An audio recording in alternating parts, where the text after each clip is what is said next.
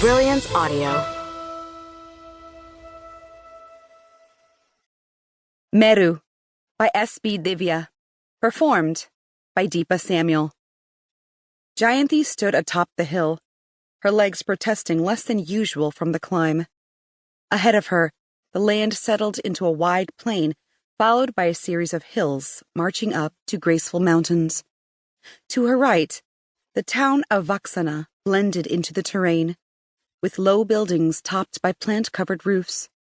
Where teeming masses of humanity had once dumped their excess garbage, mega-constructs now tore down ancient concrete and steel structures with their metal appendages.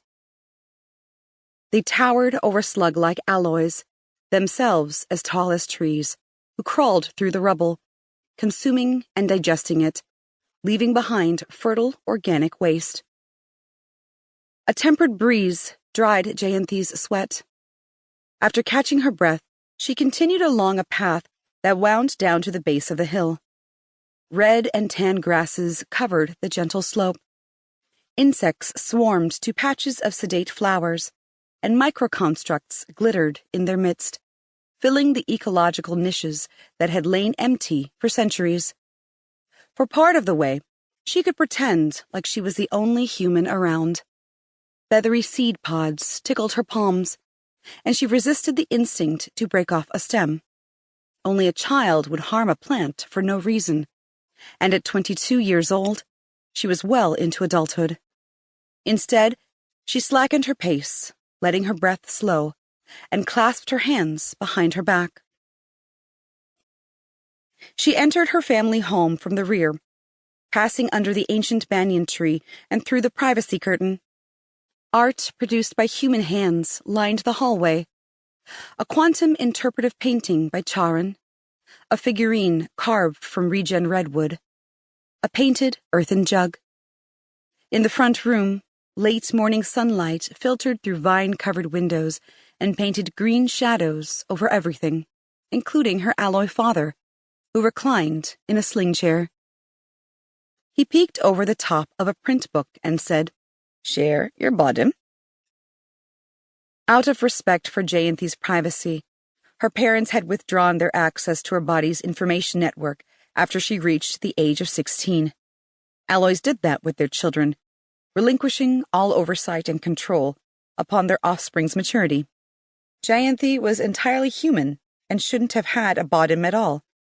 The technological enhancement had been a concession, one of many, to her more than human parents. "I'm fine," she grumbled. "Stop worrying." But she sent her vital metrics over to her father anyway. Telling a parent not to worry was like asking the sun to dim its light. Vidar nodded. "Your oxygen and hemoglobin counts are good." Jayanthi shot him an "I told you so" look. "Have you heard from Hamsa?" "He'll be here soon. Did your walk not cure your nervousness?" "I'm not nervous," she said. She sat and put her feet up to prove it. Hamsa had visited her parents every other year for as long as Jayanthi could remember. He and her parents had completed a 15-year course on human studies at the same time, and they'd remained close friends ever since. She'd never heard Hamsa criticize them for taking permanent residence on Earth. Most of the alloys who lived planet-side did so because of forced community service. The ones who did it by choice got branded as human lovers or wellers. Her parents claimed that the epithets didn't bother them, but for Jayanthi, their oh-so-human child, the labels delivered a sting.